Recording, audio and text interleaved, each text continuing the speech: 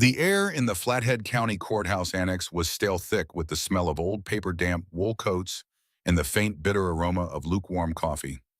It was the smell of bureaucracy, a scent Garrett Hollis had hoped to leave behind forever when he bought his discharge papers and left the Army. He sat on a hard wooden bench near the back of the auction room, a solitary figure among familiar neighbors and sharp-eyed speculators. His posture was military straight, drilled into him over 20 years as an Army Ranger, but his gaze was distant, fixed on the rain-streaked window rather than the auctioneer at the front. At his feet, lying with a quiet dignity that seemed almost out of place in the shabby government building, was Phantom. The dog was a German shepherd, though his coloring was a rarity that always drew questions. Instead of the typical black and tan Phantom's thick double coat was a stunning mix of silver gray and pale cream, a wolf-like sable that had grown softer and lighter with age. At 9 years old, he was retired from a life of service that Gray rarely spoke of. His muzzle was frosted with white, and the amber of his intelligent eyes held a deep, knowing calm. He was more than a dog. He was an anchor, the silent keeper of Gray's fragile peace. Gray himself was a man carved from quiet resilience. In his late 40s, he was tall and lean, with a strength that was wiry rather than bulky. His brown hair, cut short and practical, was threaded with silver at the temples. His face was a map of his lifelines of concentration etched around his blue eyes, and a faint, pale scar that bisected his left eyebrow, a memento from a firefight in Kandahar he would rather forget. He wore what had become his civilian uniform, a simple gray shirt under a worn flannel faded jeans and sturdy work boots. He sought not comfort, but function. He sought not conversation, but solitude.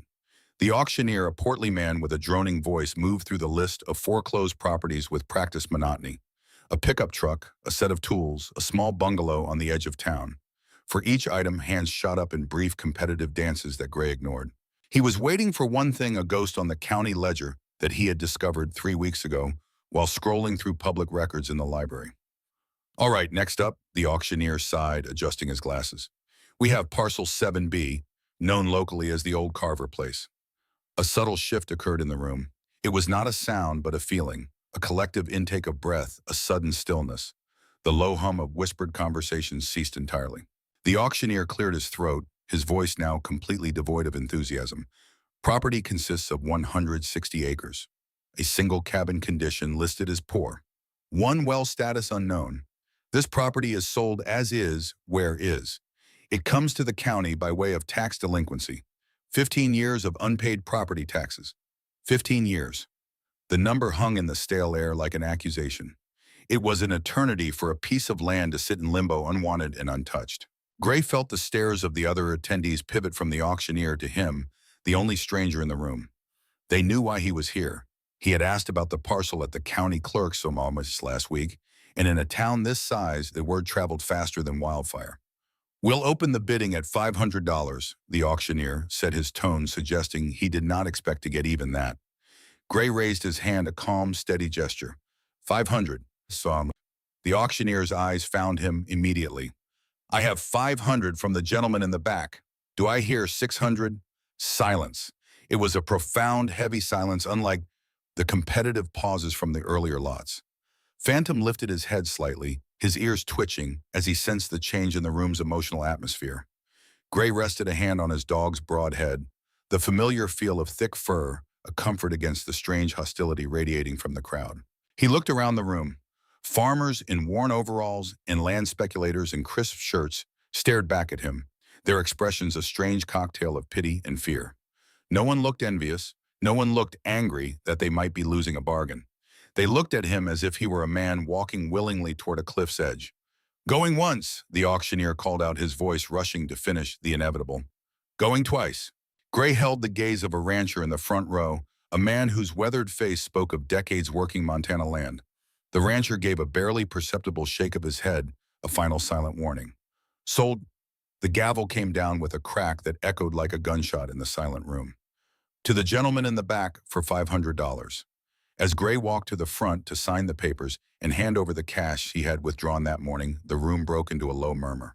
The dam of silence had broken, and whispers followed him like a shadow. Doesn't know what he just bought. The Carver place. Cursed, I tell you. 15 years nobody would touch it. The clerk who processed his payment, a young woman with nervous eyes, refused to meet his gaze. She pushed the deed toward him as if it were contaminated, her hands actually trembling slightly. The whole experience left a sour taste in Gray's mouth, but it did not deter him. He had faced down armed insurgents in 3 different countries. Whispers and strange looks were a currency he no longer valued. With the deed to his new property folded in his jacket pocket, Gray led Phantom out into the crisp Montana air. He needed a few basic supplies before heading out to inspect his purchase. The sign on the town's main street read, Brennan's General Store, its paint peeling from decades of harsh winters and bright summers. The bell above the door chimed as he entered. Inside the store smelled of sawdust leather and freshly ground coffee.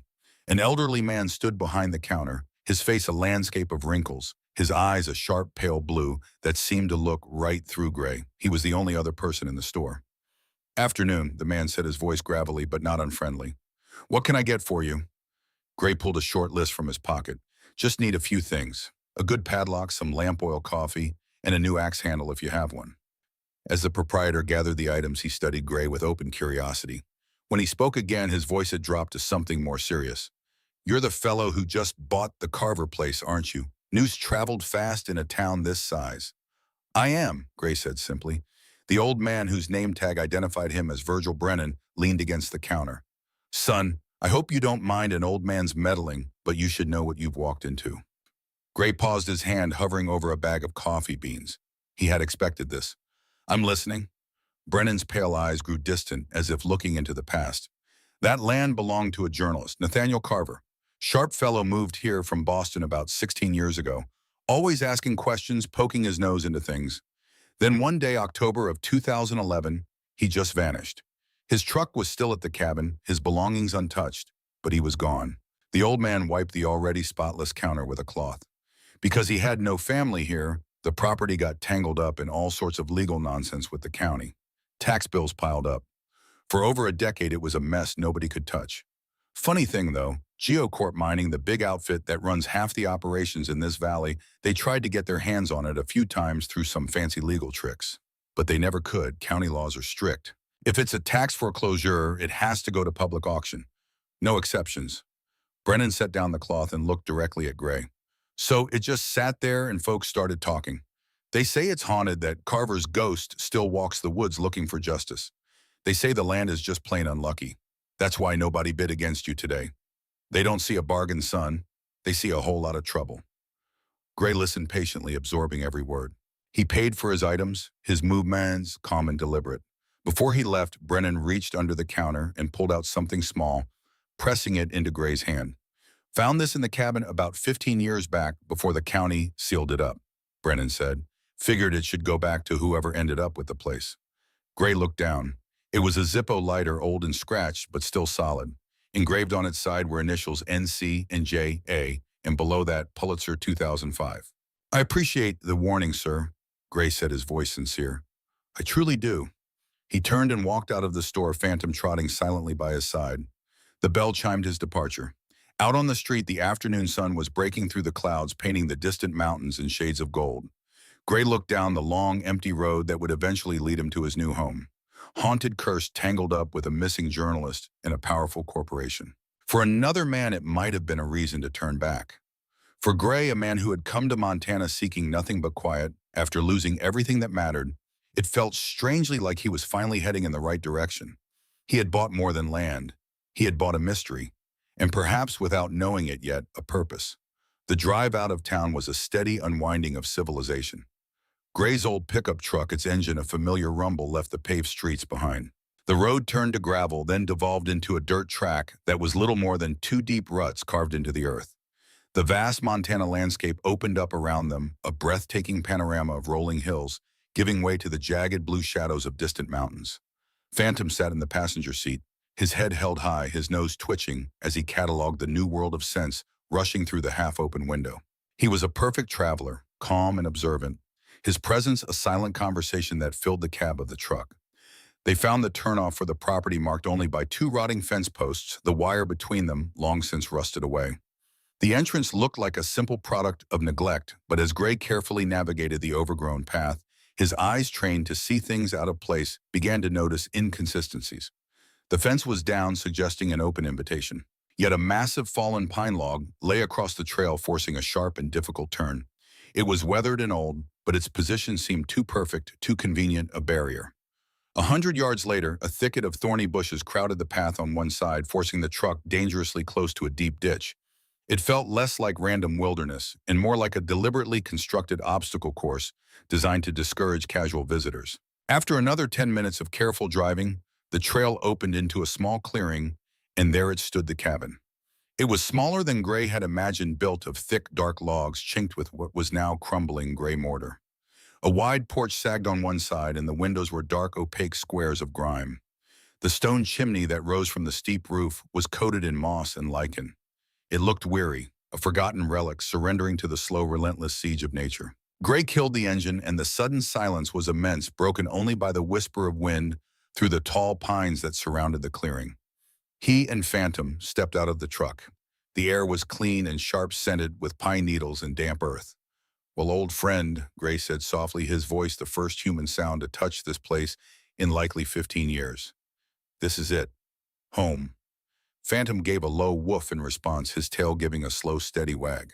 He stayed close to Gray's leg as they approached the cabin, his canine training evident in every careful step. The porch groaned under Gray's weight, but the main support beams felt solid. The front door was unlocked and its mechanism rusted open. With a push, it swung inward on protesting hinges, opening into a single large room shrouded in gloom. Sunlight struggled through the filthy windows, illuminating columns of dust that danced in the still air. The inside smelled of cold ashes, mice, and the deep, earthy scent of decaying wood. A simple wooden table and 2 chairs stood in the center of the room. Against the far wall, cast-iron bed frame was bare to its springs. Dominating the left wall was the fireplace, a massive construction of river stones that reached all the way to the ceiling. It was a scene of perfect abandonment, except for the small details that felt jarringly out of place. On the simple wooden table sat a ceramic coffee mug, a faded blue ring painted around its rim. The dried coffee residue at the bottom was still visible. Next to it, a book lay face down, its pages slightly curled, as if its reader had just stepped away for a moment. Gray picked it up carefully. All the President's Men by Woodward and Bernstein. A bookmark was placed 2/3 through. On a peg near the door, a heavy wool coat still hung, one of its pockets bulging slightly. Gray checked it and found a small notebook, a pen, and a worn wallet. He opened the wallet.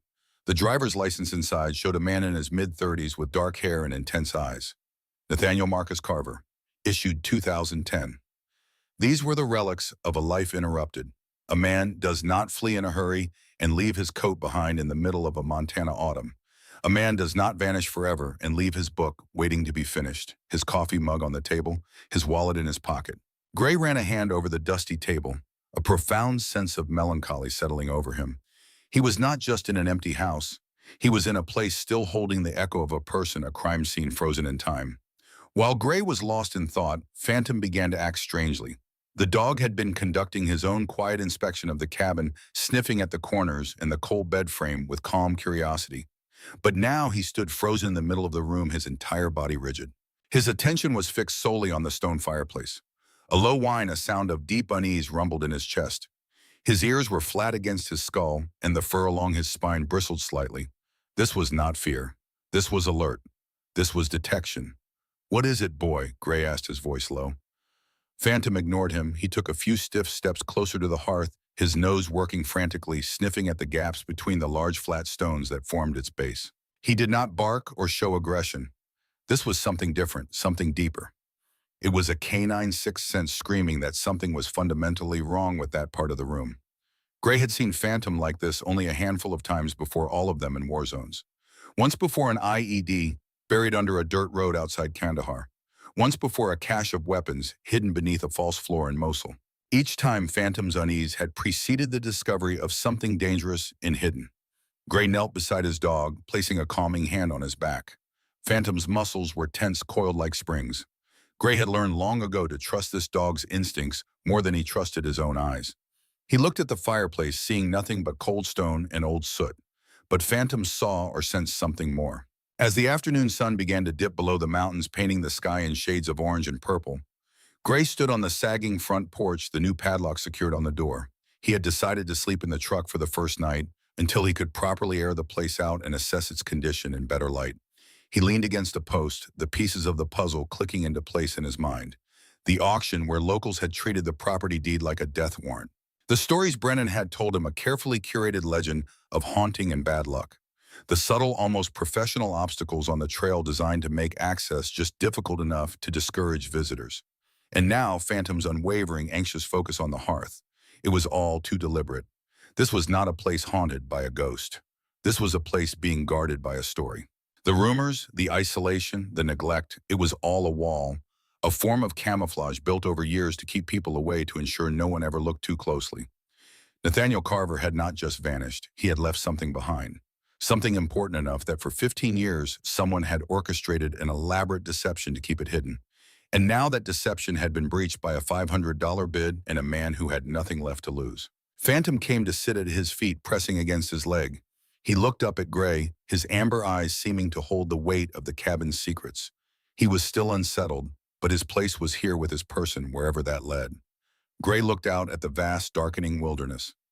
He had come here seeking solitude, an escape from the ghosts of his own past, from the empty house where Claire had died, from the nightmares that still jerked him awake at 3 a.m. Instead, he had purchased someone else's mystery, and for the first time since he had watched them lower Claire's casket into the frozen Montana ground 2 years ago, he felt the stirrings of something beyond his own survival. Purpose. Gray woke to a world transformed. The oppressive steel-colored sky pressed down on the landscape, and the wind, which had been a mere whisper the previous evening, now howled with a mournful, hungry voice. He sat up in the driver's seat of his truck, the wool blanket he had used doing little against the invasive cold that seeped through every gap. The first snowflakes, thick and heavy, spiraled down from the clouds. This was not the gentle snow of a picturesque winter, but the vanguard of a blizzard, an early-season storm arriving with brutal force. Phantom, who had been sleeping in the passenger seat, was already awake and alert. His ears pricked as he listened to the rising fury of the wind. His breath fogged the window. "Looks like the world decided to shut its doors on us, boy," Gray murmured, rubbing the sleep from his eyes. Staying in the truck was no longer an option. The cabin, for all its dust and decay, offered solid walls against the coming storm. They spent the next hour moving essentials inside a heavy-duty sleeping bag, a crate of non-perishable food, the tools he had purchased, and a large container of fresh water. Each trip was a battle against the strengthening wind, the snow now driving down in a thick, blinding curtain. Inside the cabin felt like a tomb, cold and still, but it was sanctuary from the storm's rage. Gray's first priority was fire. He carefully inspected the stone fireplace, the same one that had so disturbed Phantom. The flue was clear, and the structure, despite its age, appeared sound. He laid a small, cautious fire, and soon welcome warmth began to push back against the cabin's deep chill. The firelight danced across the log walls, casting flickering shadows, but the warmth did nothing to soothe Phantom. As the fire grew, so did the dog's anxiety. He refused to settle on the blanket Gray had laid out for him. Instead, he began to pace his claws, making soft clicking sounds on the wooden floorboards. His route was always the same, a tight, agitated circle in front of the stone hearth. A low, persistent whine vibrated in his chest. "Easy, boy, it's just a fire. You're safe," Gray said, trying to reassure him. He reached out and stroked Phantom's back, but the dog's muscles remained coiled tight. Phantom obeyed the calming hand for a moment, pressing against Gray's leg, but his amber eyes never left the base of the fireplace. Then he pulled away and returned to his vigil, his agitation escalating. This time he lowered his head and began to paw at the large flat stones of the hearth, his claws scraping uselessly against the hard surface. He let out a short, frustrated bark, a sound that was sharp and demanding. "Phantom, stop!" Gray's voice was firm. The dog only barked again, looking back at Gray with an expression of desperate urgency, then returned to pawing at one specific stone. Gray sighed, his own unease growing. This was beyond simple anxiety. He had spent years learning to read this dog, to understand the subtle language of his posture, his breathing, the flick of his ears. This was the same intensity Phantom had shown when he had located hidden explosives, when he had alerted to enemy presence in buildings that looked empty. This was trained behavior. This was a signal, a call to action. Trust your partner. It was the first rule of survival in combat, and Phantom was the most reliable partner he had ever had. The storm howled outside, cocooning them in a world of roaring wind and driving snow. Gray stood, his decision made. He was going to listen to his dog. He grabbed the lantern and lit it, its steady golden glow providing clearer light than the frantic fire. "All right," he said to Phantom. "Show me. What is it? What have you found?" Phantom seemed to understand immediately. He stopped barking and sniffed intently at one specific stone at the base of the hearth, right in the center. It was a large rectangular slab, its surface smoother than the rounded river stones that made up the rest of the structure. Gray knelt, running his hands over the surface. At first it seemed set firmly in place like all the others, but as he examined the edges more carefully, he saw what Phantom's superior senses had already detected. The mortar in the groove around this specific stone was different. It was not the same crumbling sandy mixture as the rest. It was darker with a slightly rubbery texture, and in some places it had been cleverly disguised with a layer of dirt and ash. It was a seal, not a bond. He took out his utility knife and carefully scraped at the edge. The blade sank in slightly. It was pitch-hardened over years, but still distinct from solid mortar. This stone was meant to be removed. It was a door disguised as a floor, a keystone. A surge of adrenaline, cold and sharp, cut through him. His heart hammered against his ribs. "Good boy, Phantom," he whispered, his voice thick with a mix of awe and trepidation. "Good boy." Getting the stone out was another matter. It was heavy and set perfectly flush. He returned to his pile of supplies and retrieved the crowbar, its steel cold and solid in his hands. He wedged the flat end into the seam he had scraped clean and put his weight into it. For a moment, nothing happened. He repositioned, getting better leverage, his muscles straining. Then with a low groan, the seal began to break. He worked the crowbar around the edges, chipping away at the hardened pitch.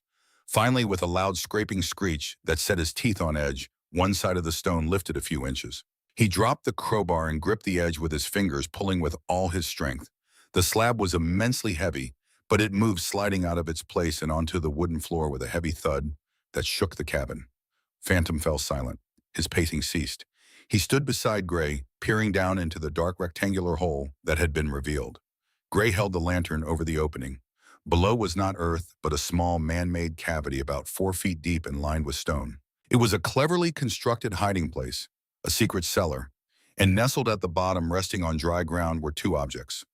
One was a heavy dark green metal box, military surplus, the kind used to store ammunition or sensitive documents. The other was a neat stack of leather-bound notebooks tied together with a faded piece of twine. Gray looked from the hidden cache to his dog.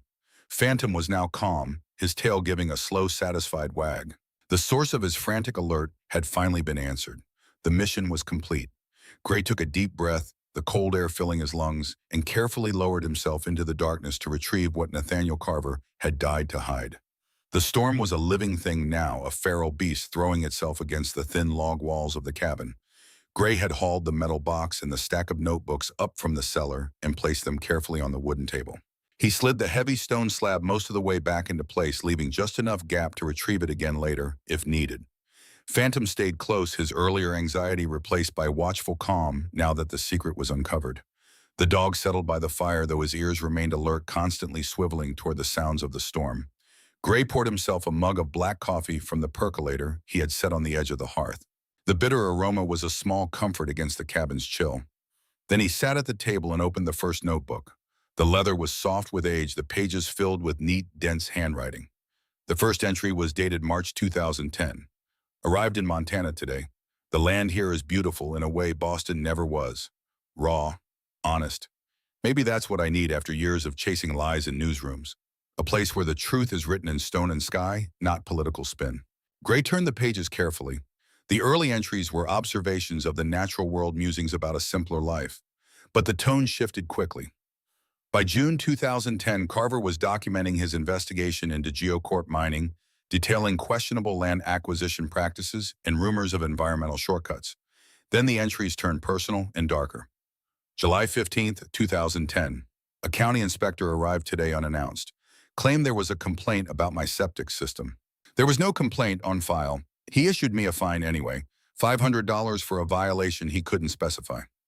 August 3rd, 2010. Another inspector. "Chimney not up to code," he says. "This chimney has stood for 50 years. Another $750 fine." September 12th, 2010. Documents appeared at the county office claiming my property line is different than my deed states. Official-looking papers that seem to shrink my land by 10 acres. My lawyer says fighting it will cost thousands. Carver's neat script grew slightly more agitated as Gray read on.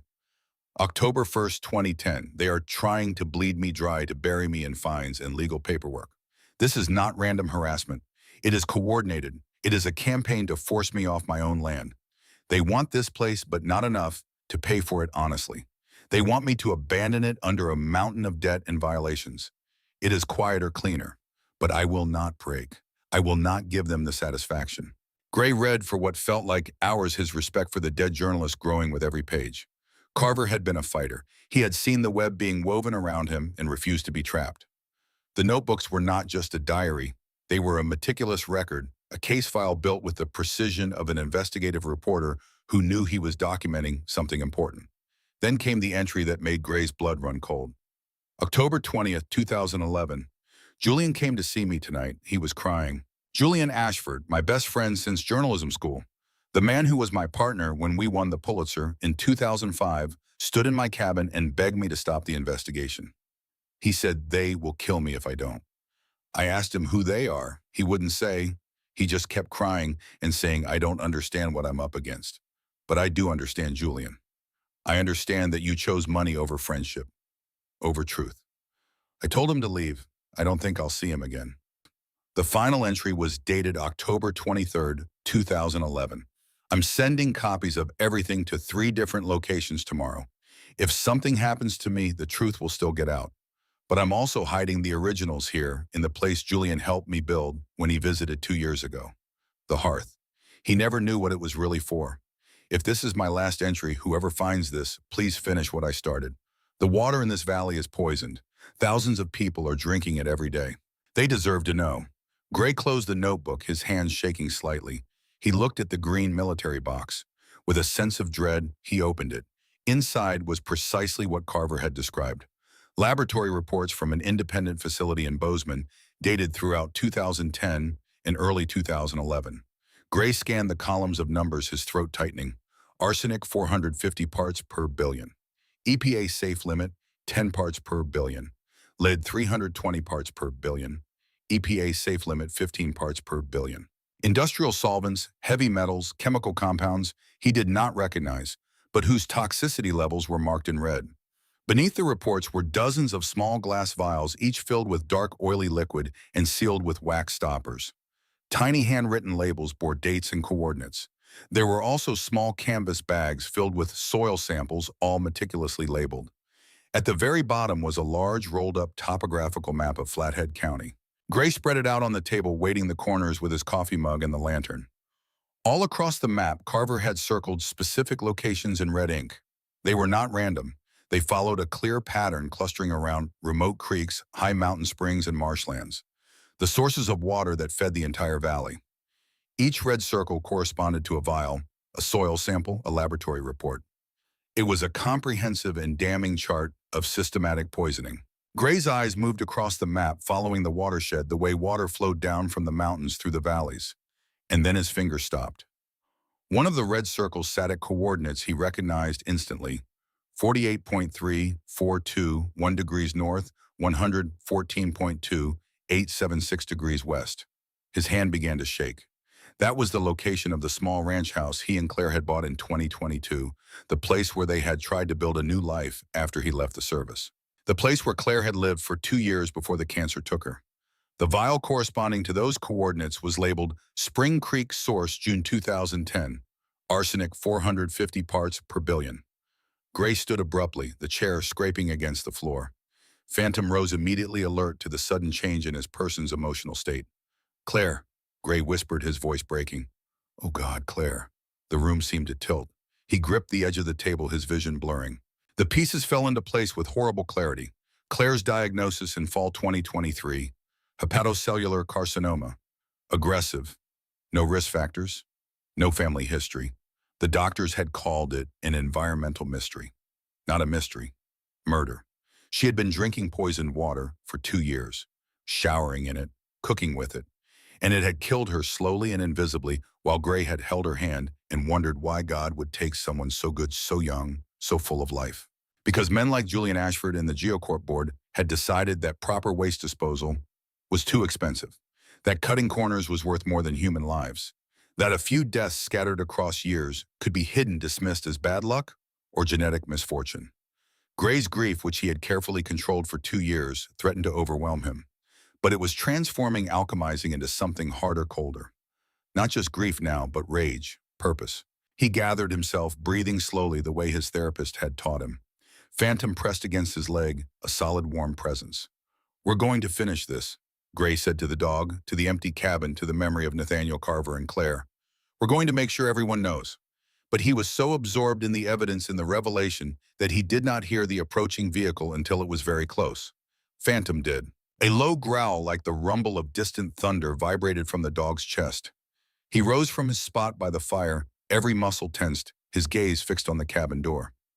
"What is it?" Gray whispered, immediately alert. Phantom's growl deepened. And then Gray heard it too, a faint struggling sound beneath the howl of the wind, the grinding whine of an engine fighting its way through deep snow.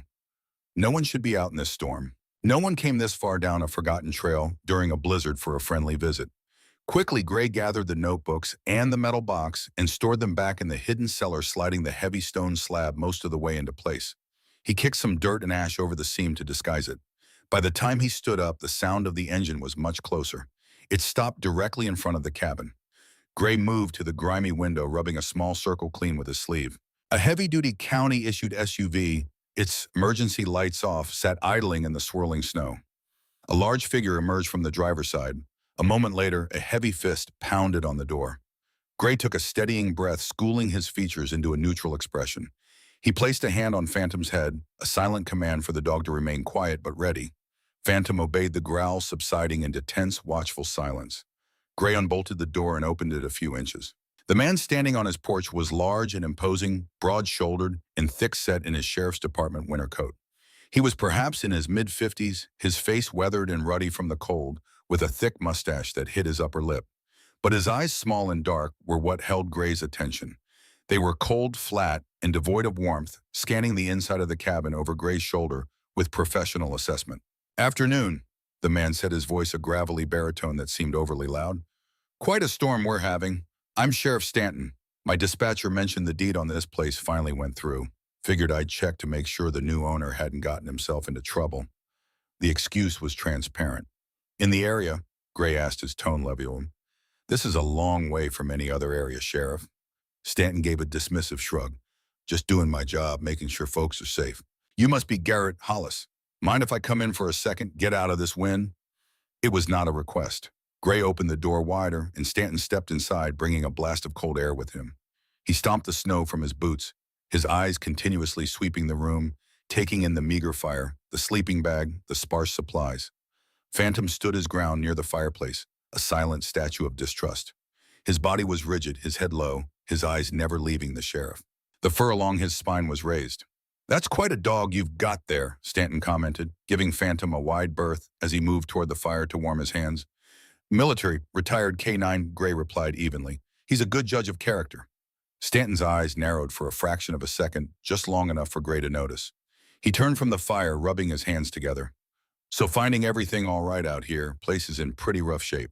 Find anything unusual?" He was fishing, his casual tone betrayed by the intensity of his gaze. "Nothing but dust and drafts," Gray said, leaning against the doorframe with apparent relaxation. "It's what I paid for." Stanton chuckled, a hollow sound. "Yeah, I suppose you did. You know, this place has been a thorn in the county's side for over a decade because of those back taxes. Real headache for all of us. I'm surprised anyone was foolish enough to buy it." The words dripped with condescension, landing exactly as intended. It was confirmation and a test all at once. Confirmation of the story Brennan had told, letting Gray know that Stanton was part of the system that had controlled this land for years. "One man's foolishness is another man's peace and quiet, I guess," Gray said, letting the insult slide. Stanton nodded slowly, his eyes still scanning, looking for something, anything out of place. "I suppose. Well, you seem to have things under control. Just be careful out here. Storm's supposed to last another day at least. And this land, it's got a history. Best not to go digging around in it, if you know what I mean." The veiled threat was unmistakable. The message was clear: leave the past buried.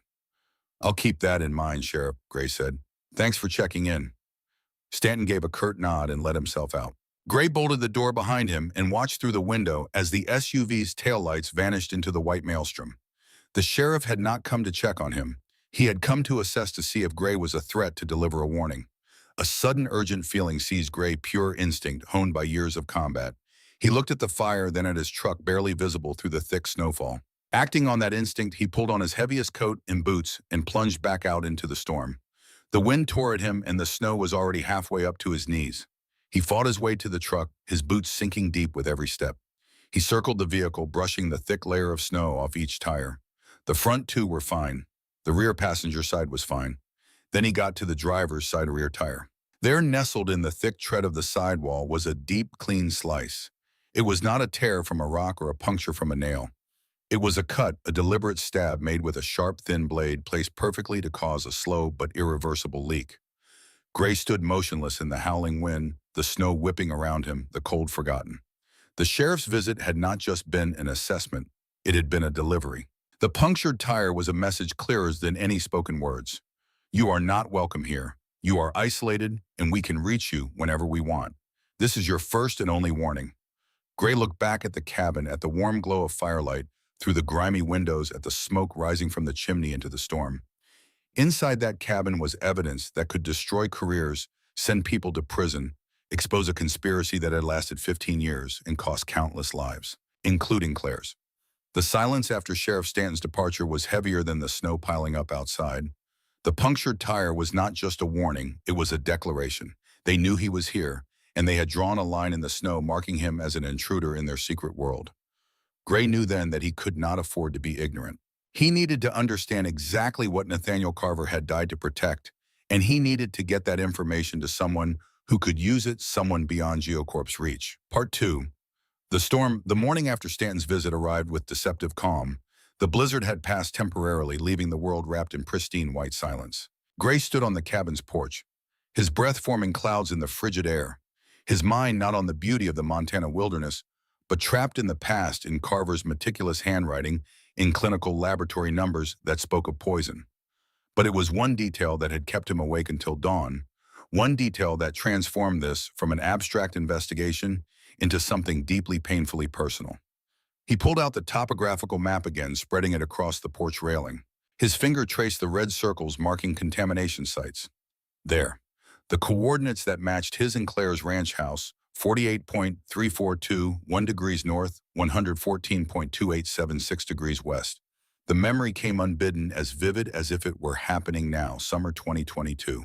Claire standing in the doorway of their new home, sunlight streaming through her auburn hair, her green eyes bright with hope. She was laughing at one of his terrible jokes, spinning in a circle with her arms outstretched. It's perfect, Gray. Look at this view. Mountains, trees, clean air, clean water. This is exactly what we both need. He had wrapped his arms around her from behind. Clean water. No more of that recycled desert stuff from the base. She had turned in his embrace, her smile softening. And no more nightmares, right? That's the deal. Montana, fresh start. They had been happy there. For almost 2 years, from the summer of 2022 until the fall of 2023, they had been genuinely impossibly happy. Then the diagnosis came. Fall 2023. The kitchen of the ranch house. Claire sat at the table, her hands wrapped around a mug of tea she was not drinking. The late afternoon light made her skin look translucent. She had lost weight, though she tried to hide it with loose sweaters. The oncologist called, she said, her voice carefully neutral.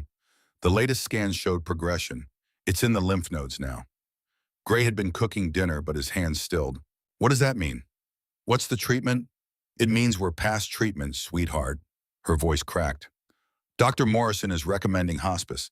6 months, maybe less. The knife had clattered to the cutting board. Gray crossed to her, kneeling beside her chair. That's not possible. You're only 46. You don't drink, you don't smoke, you ran marathons. There has to be something. Claire had cupped his face in her hands, her palms cool. They don't know why, Gray, doctor. Morrison said it's the strangest case he's ever seen. Hepatocellular carcinoma with no risk factors, no family history, nothing. He called it an environmental mystery. Environmental mystery. The words echoed in Gray's mind now. Not a mystery. Murder. Spring 2024. The hospice room smelled of disinfectant and failing bodies. Claire lay in the hospital bed, her once vibrant hair gone from chemotherapy, her skin the color of old parchment. But her eyes were still green, still fierce, still full of love. Promise me something, she whispered, her hand finding his. Anything. Promise me you'll keep living, really living, not just existing. Find something that matters, Gray. Find a purpose bigger than grief. He had promised, though the words felt like lies. How could anything matter in a world without her? She had died 3 days later on a Tuesday morning when the Montana sky was the exact shade of her eyes. Gray looked down at Phantom, now standing on the cabin porch in the present. The dog was watching him intently, those amber eyes reading the shift in his emotional state. She was poisoned, Phantom and Gray said aloud. For 2 years, every glass of water, every shower, every meal cooked with that water. Carver knew. He tried to warn someone, and they killed him for it. The dog leaned against his leg, a solid presence. Gray's phone with location services, disabled and SIM card removed, felt like it was burning in his pocket. He needed to get this evidence to someone who could use it, someone beyond GeoCorp's reach. He needed Declan Cross. Declan and Gray had served together in the 75th Ranger Regiment, two young men navigating dust and chaos in Afghanistan. After the Army, Gray had sought isolation, while Declan had chased a different kind of fight, trading his rifle for a pen. He was now a respected investigative journalist at the Denver Post, known for his tenacity and refusal to back down from powerful interests. If there was one person on Earth Gray could trust with this, it was Declan. But to reach him, Gray would have to leave the cabin, drive to a larger town, use a public connection, and trust that he was not being followed. Even then, there was no guarantee. Carver had tried to expose them, and Carver had vanished. Gray spent the next hour preparing.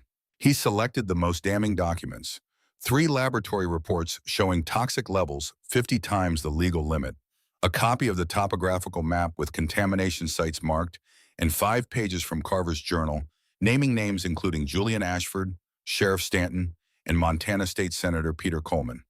He photographed each page, then stored the originals in a waterproof sleeve.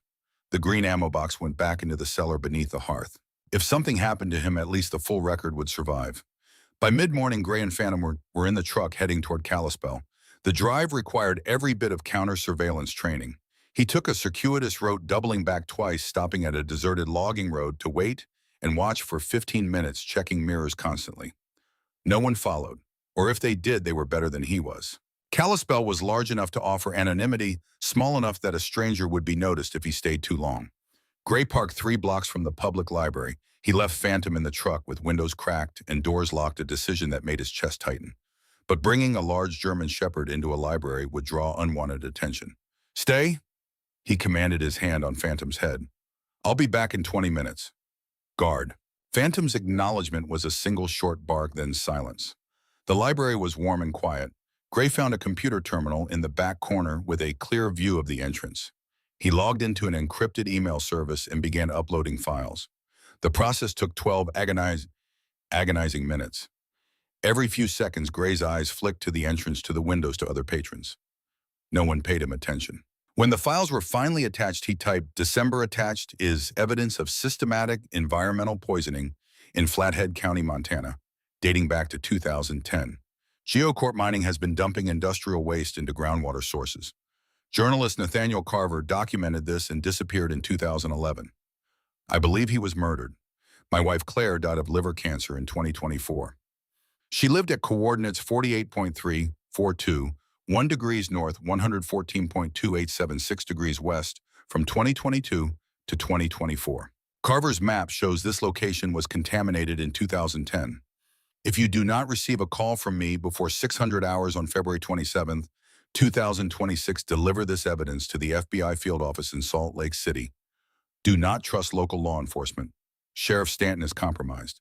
Password is Tora Bora." Gray. He sent the email, cleared the browser history, and left. The entire operation took 17 minutes. Phantom was waiting, alert but calm. His tail gave a single wag when Gray opened the door. "Good boy, one more stop." The sporting goods store yielded ammunition, a better first aid kit, a tactical flashlight, and 5 days of freeze-dried food. Cash transaction, minimal interaction. The drive back took 90 minutes. Gray used the time to think, to plan. The weather forecast was grim, a massive winter storm expected to hit by nightfall, bringing heavy snow and high winds. It would cut off the cabin from the outside world. It would also provide perfect cover for an attack. Gray pulled into the clearing as gray clouds massed over the peaks. Phantom leaped out, circling the cabin in a perimeter check. His movements showed no alarm. No one had been here, yet. Inside, Gray began to fortify. He had prepared defensive positions before in Mosul and Kandahar. This cabin was poor by military standards, too many windows. Wooden walls, one exit, but it was what he had. He barricaded windows with heavy planks, creating obstacles that would slow intruders and force noise. He overturned the heavy table to cover the front door of firing position. He set crude tripwires with fishing line and tin cans filled with pebbles. He marked fields of fire, identifying where attackers would have to cross open ground. His Winchester .308 went within easy reach, loaded with spare magazines beside it. By the time he finished, wind was picking up and first snowflakes were falling. Phantom watched the preparations with understanding. They were preparing for battle. Gray knelt beside the dog, both hands on Phantom's head. It's going to get bad, boy. If something happens to me, you run. Understand? Phantom's eyes held his unblinking. The dog had never run from a fight. I know. Me neither. As darkness fell and the storm intensified, Gray sat by the fire with his satellite phone. One number programmed Declan Cross. The call connected after 3 rings. Cross speaking. Declan's voice was sharp alert. Deck, it's Gray. A pause, movement, a door closing. Talk to me, brother. Where are you? Montana, Flathead County. I've stumbled into something big. How big? Gray looked at the evidence spread on the table. Corporate environmental poisoning, a murdered journalist, a corrupted law enforcement, and his voice broke. Claire, I think Claire died because of this. Silence. Declan had met Claire twice at Gray's wedding and her funeral. He knew what she had meant. Tell me everything. Gray did. 15 minutes laying out the timeline, the evidence, the connections. He explained Carver's disappearance, Ashford and Geocorp, the slash tire Stanton's threats. Declan listened without interruption. Then I got your email. I'm already verifying the lab reports through independent sources. Gray, if this checks out, it's Pulitzer level. National news, federal investigation. It's real, every word. What do you need? Insurance. There's a storm coming tonight. I'll be cut off until it passes. If I don't call you by 0600 on the 27th, take everything and give it to the FBI. Gray, get out of there. Right now. Drive out before the storm hits. I can't. If I leave, they'll burn this place and destroy the original evidence. This cabin is all that's standing between them and getting away with murder. Then I'm coming to you. No, you have a wife and kids. December. You stay where you are. You make sure this story gets told if I can't tell it. He could hear Declan breathing, wrestling with duty. Finally, 0600 on the 27th. If I don't hear from you, I raise hell. But Gray, yeah, Claire would want you to live through this. Gray closed his eyes. I know, that's what I'm trying to do. After hanging up, Gray sat in growing darkness, listening to the wind build. Phantom lay beside him, head on his lap. The knock came at 7:14 p.m. Gray's hand went to the rifle. Phantom was on his feet instantly, a low growl rumbling. The dog positioned himself between Gray and the door. Gray moved to the window, peering through a gap. A black F350 pickup sat in the clearing, engine running. A single figure stood on the porch, tall, well-dressed, in expensive winter wear, silver hair, and trimmed beard visible. Julian Ashford. Gray considered not answering. But there was a part of him, the part that had read Carver's journals and seen the pain of betrayed friendship, that needed to look this man in the eye. He opened the door, 6 inches, rifle held low. Mr. Ashford? Ashford's eyes flicked to the rifle, then to Phantom, baring teeth. Mr. Hollis, may I come in? I'd like to talk. We have nothing to talk about. I think we do. Ashford's voice was steady, but his eyes were red-rimmed, his face haggard. Please. 5 minutes. Against better judgment, Gray stepped back. Ashford entered slowly, hands visible and empty. Phantom tracked his every movement, growl, continuous. Ashford stopped in the room's center, looking at barricaded windows, the defensive position, Carver's journals on the table. His gaze lingered on them. So you found them, he said quietly. Did you come here to kill me too? Ashford flinched. No, I came to try to stop what's about to happen. Then stop it. I can't. Ashford's composure cracked. I lost control of this long ago. What started as cutting corners on environmental regulations, saving money on waste disposal, became something else. A conspiracy, a cover-up, then murder. Nathaniel Carver's murder. Yes. Gray raised the rifle slightly. You killed your best friend. I didn't pull the trigger, but yes, I killed him. Ashford's hands shook. Nate and I grew up together in Boston. Journalism school together. Won the Pulitzer together in 2005. He was my best man, my daughter's godfather. And then, my father died, left me Geocorp, 3rd-generation mining. I told myself I'd run it honestly, but there were debts, bad investments. We were bleeding money. His voice hollowed. I made a choice. Cut costs, dump waste where it wouldn't be found.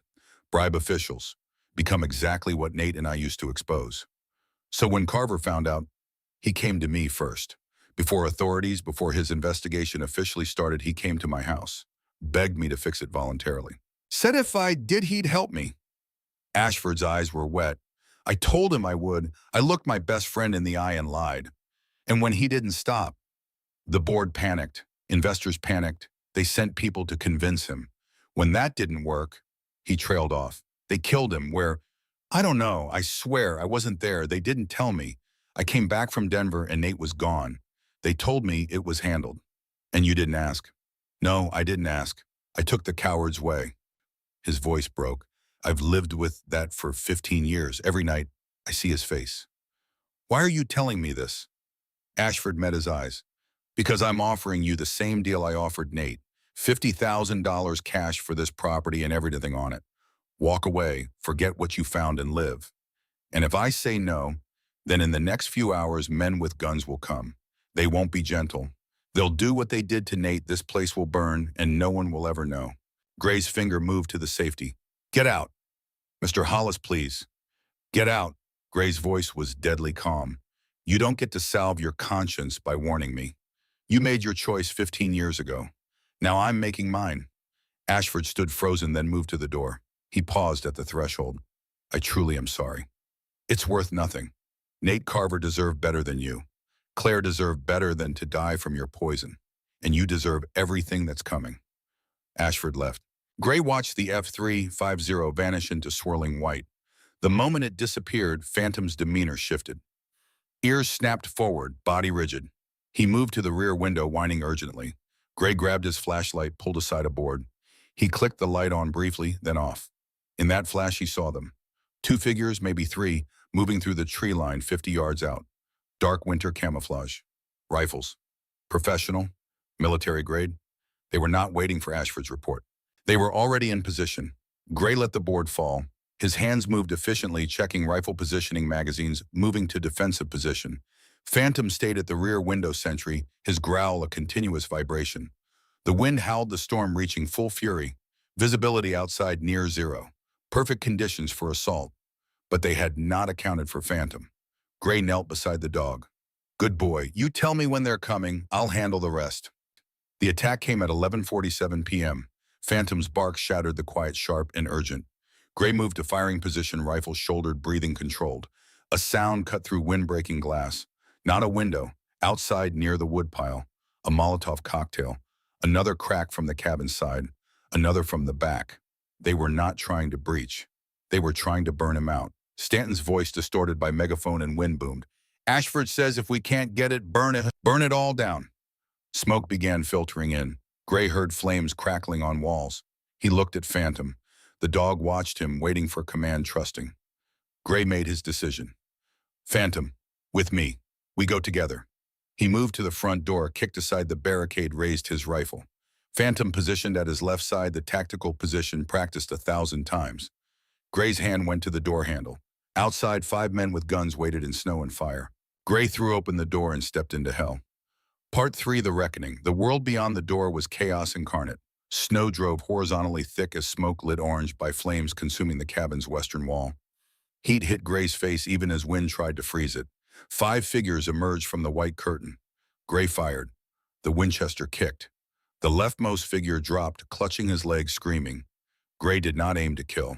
Every man dropped non-lethally was one less gun, one less executioner who could claim self-defense. Phantom was already moving. The K-9 launched with speed and precision, his silver-gray form nearly invisible in snow.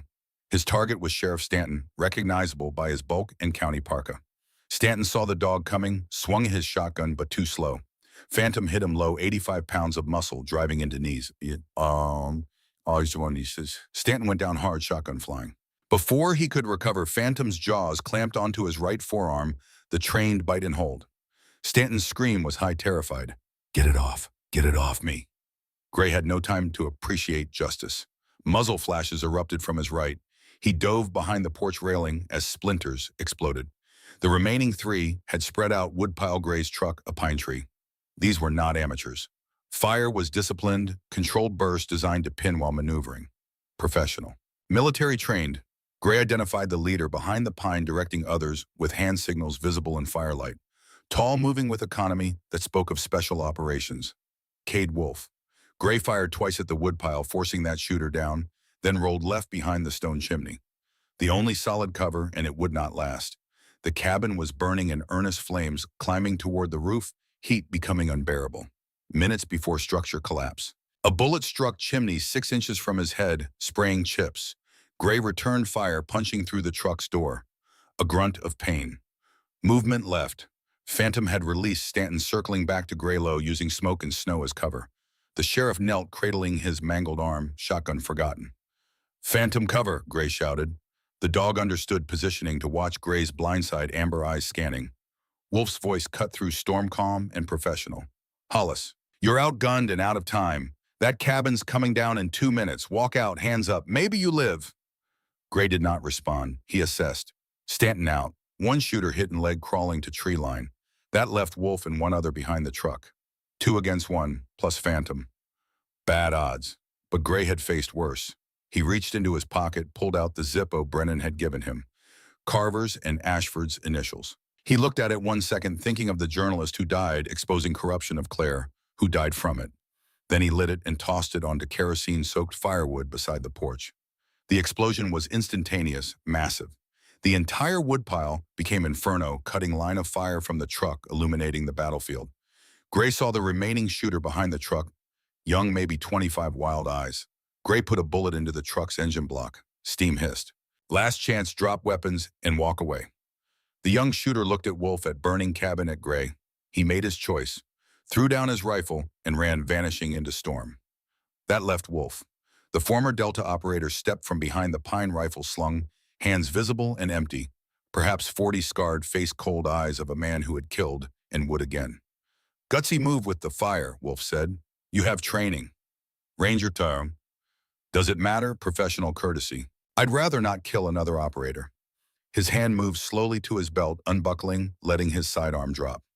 "But I will if you make me. Ashford's paying $50,000. That's a lot of money." Nathaniel Carver probably thought his life was worth more. "Carver was before my time. I'm just finishing a job." "Then finish it," Gray said, stepping from behind chimney. He kept rifle pointed down, not surrender, but not aggressive.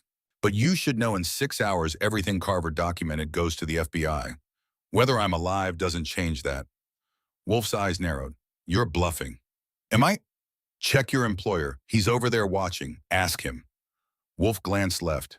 Gray followed his gaze to Julian Ashford, standing at clearing's edge, partially hidden by spruce.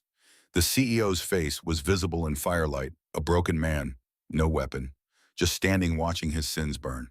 Wolf's expression shifted, doubt flickering. "You sent it already." 2 hours ago, encrypted to an investigative journalist in Denver. If I don't call by 6 a.m., he takes it to the feds." "Then you're already dead. You just don't know it." Wolf's hand moved not toward dropped pistol, but to his boot. A combat blade appeared. "I'm not going back empty-handed. If I can't stop evidence, at least I ensure you don't testify." Gray brought a rifle up, but Wolf was moving faster than seemed possible. He closed distance in 3 strides, left hand, swatting barrel aside, right driving knife toward Gray's chest. Gray twisted blade, missing by inches. He released the rifle, drove elbow into Wolf's jaw. Impact shocked Gray's arm, but Wolf barely flinched. Professional, built like concrete. They went down together, grappling in snow. Wolf had 30 pounds and a decade less wear. But Gray had desperation and something Wolf did not, reason to live beyond money. The knife came down. Gray caught Wolf's wrist with both hands, muscles straining. Face to face, close enough Gray could see old scars, smell gun oil and sweat. "You're fighting for the wrong people," Gray grated. "I'm fighting for 25,000 of up front and 25 on completion. That's the only people I fight for." The knife descended another inch. 2. Gray's arms shook. Wolf was stronger, fresher. Blade 6 inches from Gray's throat. Then 4. Phantom's growl was the only warning. The K9 came from Wolf's blindside, silver-gray missile. But Wolf heard at the last second, partially turned, bringing knee up. The blow caught Phantom in ribs with sickening thud. The dog yelped, a sound Gray had never heard, and fell. The distraction was enough. Gray bucked hips, throwing Wolf off balance, and rolled. They came up together, both on knees. Wolf still had the knife. Gray's hand found firewood, half burned, still smoldering. He swung into Wolf's temple. Impact solid, decisive. Wolf's eyes rolled back. He dropped face first into snow. Gray collapsed beside him, gasping, shoulder screaming. The cabin behind him fully engulfed heat so intense he felt skin blistering. Phantom, he called, voice hoarse. The dog did not respond. Gray dragged himself to where Phantom had fallen. The canine lay on his side, breathing rapid and shallow. Blood darkened silver-gray fur near ribs. Wolf's knee had done damage. Broken ribs, maybe worse. "Hey, boy," Gray whispered, hands gentle on the dog's head. "Stay with me. You hear me, stay." Phantom's tail moved weakly, eyes open amber and trusting, and Gray felt something break inside. A new sound cut through storm. Not wind, not fire. Rotors. Gray looked up, barely able to process. Two helicopters descending through snow spotlights blazing. One bore Montana State Police markings, the other unmarked matte black federal profile. A voice boomed from loudspeaker, impossibly loud. "This is the FB. Drop your weapons. Put your hands in the air. You are surrounded." Gray looked at empty hands, at unconscious Wolf, at Stanton, kneeling clutching his arm. He looked at Julian Ashford, who had stepped fully into clearing hands, raised tears streaming. "I'm sorry, Nate," Ashford was saying over and over. "I'm so sorry." Gray gathered Phantom into his arms, the dog's weight familiar and precious. "We made it, boy." Declan came through. "We made it." But Phantom's breathing was getting shallower, more labored. The helicopters landed simultaneously, rotors throwing up snow clouds. Tactical teams poured out, FBI agents moving with precision. Within seconds, scene secured. Wolf cuffed while unconscious. Stanton read rights through screams. The injured shooter located and detained. Ashford did not resist. He walked to nearest agent, hands high. "I want to confess to everything." An FBI medic rushed to Gray, but Gray waved him off. "The dog first. My dog is bleeding." The medic looked at Phantom, hesitated, then nodded. He keyed radio. "We need veterinary medevac. Working K9, possible internal injuries." "Negative," came response. "Medevac for human casualties only." Gray's voice cut through, hoarse but commanding. "That dog saved my life tonight and found evidence that'll put a dozen corrupt officials in prison. You will medevac him, or I'll carry him to Bozeman myself." A new voice over radio, calm and authoritative. "This is Supervisory Special Agent Thompson. Authorize veterinary medevac. And get me on the ground. I want to talk to Mr. Hollis." Gray looked at his watch through blurred vision. 5:58 a.m. 2 minutes until Declan's deadline. The sound of rotors cut through storm, exactly on time. Declan had kept his promise. 5 minutes later, Gray sat in Montana State Police helicopter Phantom, laid across his lap, pressure bandage wrapped around dog's torso, pilot spinning up for takeoff. Across from Gray sat a tall man in 50s, salt and pepper hair, sharp blue eyes. FB, IBEDGE, SSA, Marcus Thompson. "Mr. Hollis," Thompson said, voice cutting through rotor noise. "Your friend Declan Cross is very persuasive. He called our Salt Lake field office at exactly 600 with a story too detailed to be fabricated. We had a team on standby in Kalispell within the hour." "The evidence," Gray said. "It's under the hearth. Stone foundation protected it from fire. We'll retrieve it. Right now my concern is you. You've been shot at, assaulted, nearly burned alive. You need medical attention." Gray looked down at Phantom, eyes closed, breathing barely perceptible. "I'm fine, but my dog—" "Best veterinary trauma center in Montana is Bozeman. We'll have him there in 40 minutes. Thompson's expression softened. "Military working dog. Retired, 9 years service. He's saved my life more times than I can count." Gray's voice cracked. "He's all I have left." Thompson nodded once. "Then we'll make sure he gets the care he deserves." The flight to Bozeman was longest 40 minutes of Gray's life. He kept hands on Phantom's chest, feeling weak rise and fall. A paramedic monitored vital signs, expression carefully neutral, in a way Gray recognized from battlefield medics. Not sure the dog would make it. Gray leaned close to Phantom's ear. "Remember Afghanistan, boy, that IED outside Kandahar? You alerted 3 seconds before I stepped on it. 3 seconds between me going home and coming home in a box." Phantom's ear twitched. "And Mosul, you took down that insurgent before he threw the grenade. Saved the whole squad." Another twitch. The dog was listening. "You've earned your rest, Phantom. If you need to go, I understand, but God, I hope you stay, because I'm not ready to lose you. Not after Claire, not after everything." The helicopter touched down at Bozeman Animal Trauma Center at 6:47 a.m., sky beginning to lighten, storm finally breaking. Surgical team waiting, led by a woman in 40s with steady hands and kind eyes. Dr. Sarah Reeves will take excellent care of your dog. What's his name? Phantom. 9 years old. Retired military K9, German Shepherd. Took a knee to ribs hard impact. Broken ribs or internal bleeding. Dr. Reeves examined Phantom hands gentle but efficient. Respiratory distress, possible pneumothorax. We need surgery immediately. Sir, I won't lie, the next few hours are critical. Do whatever it takes. Money's not an issue. Save him. They took Phantom on Gurney's silver-gray dog, looking impossibly small under surgical lights.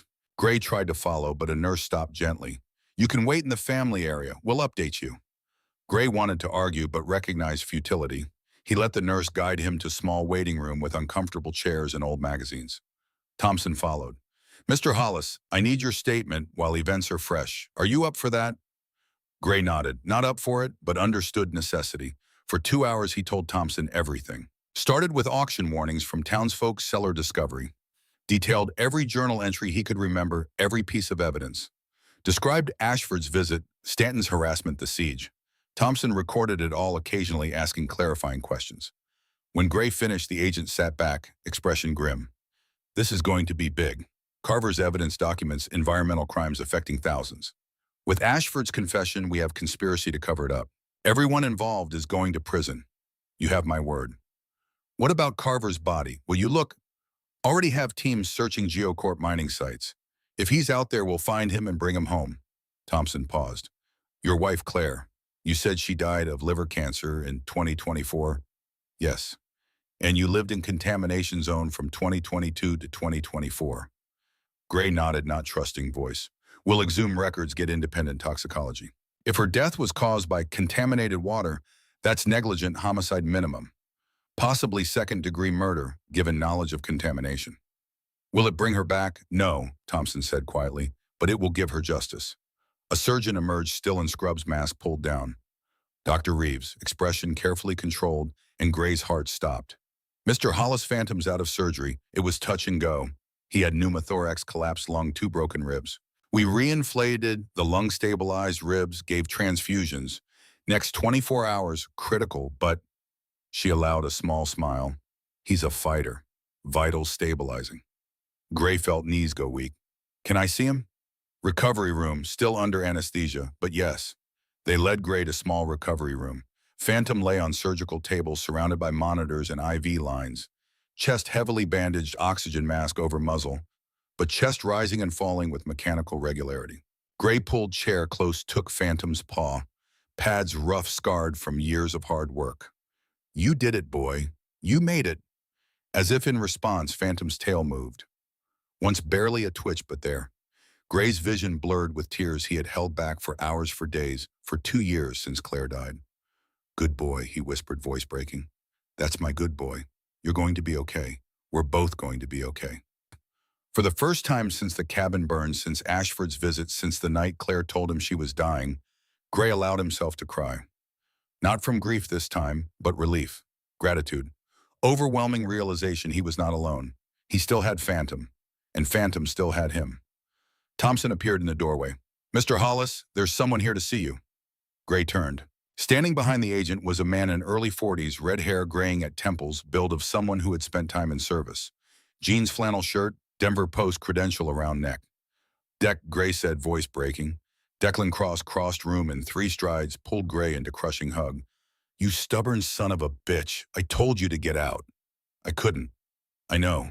Declan pulled back, hands on Gray's shoulders. But you did it. Evidence recovered. Ashford talking.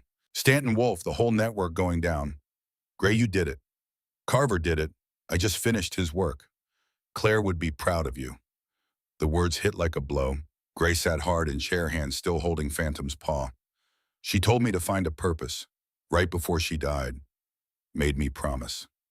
Looks like you found it. 4 months later, June in Montana, a revelation after brutal winter. Meadows surrounding Carver's property, thick with wildflowers, lupines, and Indian paintbrush, creating carpet of purple and red. Mountains still snow-capped, but valleys green and alive with birdsong. Gray stood at clearing's edge where cabin once stood. Burned remains cleared, new foundation poured. Lumber stacked nearby, waiting for framing. New cabin would be larger, sturdier built to last another 100 years. But first, something else. Two modest headstones stood side by side beneath large ponderosa pine. First read Nathaniel Marcus Carver, 1975 to 2011. Journalist, truth seeker friend. He spoke truth to power, second place last week. Claire Elizabeth Hollis, 1978 to 2024. Beloved wife. Forever loved, never forgotten. Gray had moved Claire's remains from town cemetery, brought her here to rest beside the man whose work ultimately revealed truth of her death. It felt right. Two victims of same crime buried on land that exposed it. Phantom sat beside Gray, breathing still slightly labored, but improving daily. 2 weeks in veterinary hospital before release, and he's still tired easily. Limp in left hind leg would probably never fully heal. But he was alive, alert, devoted as ever. Phantom stretched beside headstones, movements careful but no longer pained. Limp permanent, veterinarian said, reminder of the night he took blow meant to kill. But dog alive, healthy, alert. A monarch butterfly drifted past, orange wings catching sunlight. Phantom's ears perked, and for a moment serious military working dog vanished, replaced by something younger, playful. He took 2 hobbling steps after butterfly tail wagging, before remembering dignity and returning to Gray's side. Gray smiled, first genuine smile in months. Still got some puppy in you, don't you, boy? Phantom's tail wagged harder, amber eyes bright with life. Sound of car engine. Phantom's ears perked.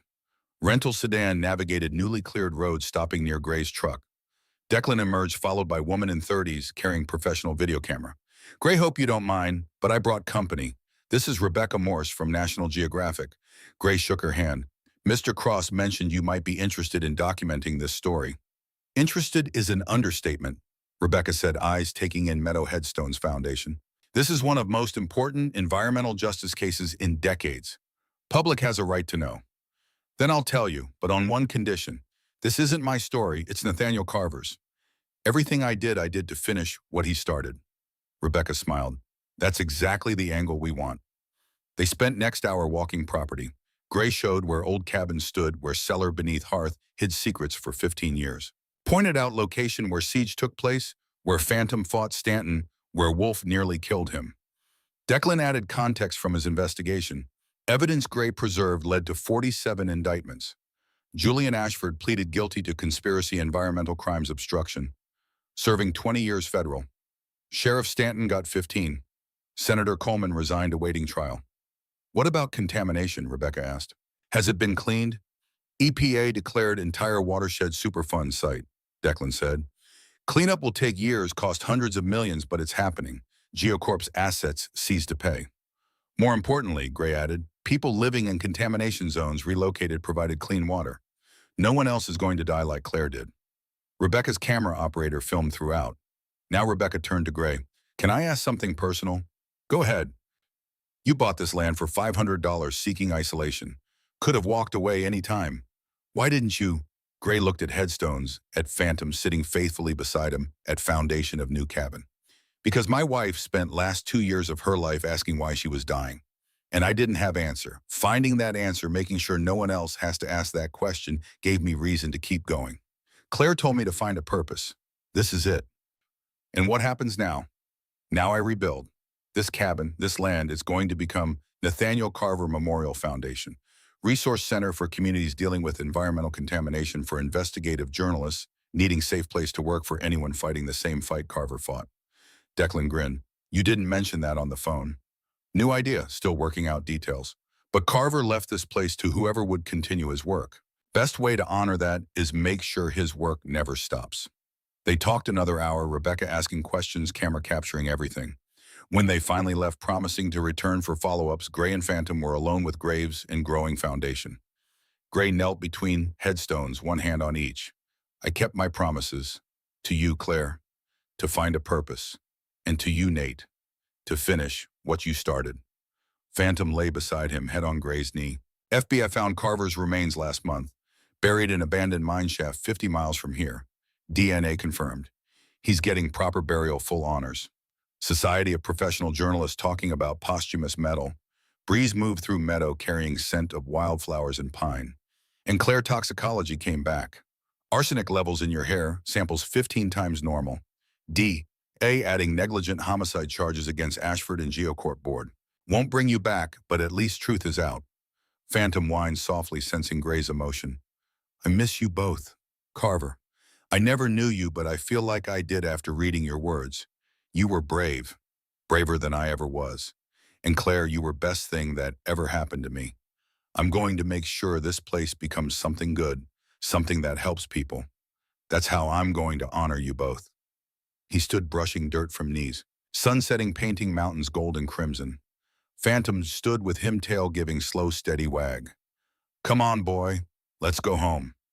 They walked back to Gray's truck. Home was small apartment in town, now temporary until new cabin completed. Not much, but had everything Gray needed: bed, kitchen space for Phantom to stretch out. As he drove down newly cleared road, Gray caught sight of headstones in rear view, two sentinel markers guarding truth they died to reveal. Phone buzzed. Text from Declan, 60 minutes confirmed. Full segment. November sweep. You ready? Gray typed back. Only if they tell whole story, all of it. That's what they want. You're going to be famous, brother. Don't want to be famous. Just want people to know truth. Same thing sometimes. Gray set phone aside, focused on driving. Phantom had fallen asleep in passenger seat, his head resting against window, finally at peace. Montana stretched around them, vast and beautiful and full of secrets. Some dark, buried things powerful people wanted hidden, but some secrets, when brought to light, could change the world. Nathaniel Carver believed that, died for it. Claire became victim of it, though she never knew. And Gray, a broken veteran seeking nothing but peace, became instrument of its revelation. As sun disappeared behind mountains and first stars appeared in deepening blue, Gray allowed himself something he had not felt in a very long time. Hope. Foundation finished by September. First investigative journalism fellows arriving in spring. Watershed cleanup already underway. Julian Ashford in prison. Sheriff Stanton in prison. Mechanisms of justice grinding forward. Not enough to bring back dead. Nothing could. But it was something. It was purpose. It was promise kept. And for Garrett Hollis and Phantom walking together into uncertain but hopeful future, that was more than enough. It was everything. From dedication plaque at Nathaniel Carver Memorial Foundation unveiled, September 15th, 2026. This foundation stands in memory of Nathaniel Marcus Carver, investigative journalist who gave his life in pursuit of truth. May all who enter these doors be inspired by his courage, guided by his integrity, and empowered to speak truth to power. And in memory of Claire Elizabeth Hollis and the countless others whose lives were cut short by environmental injustice, may their deaths not be in vain. Founded by Garrett Hollis and Phantom, retired K-9 United States Army. The truth will set you free, but first it will cost you everything.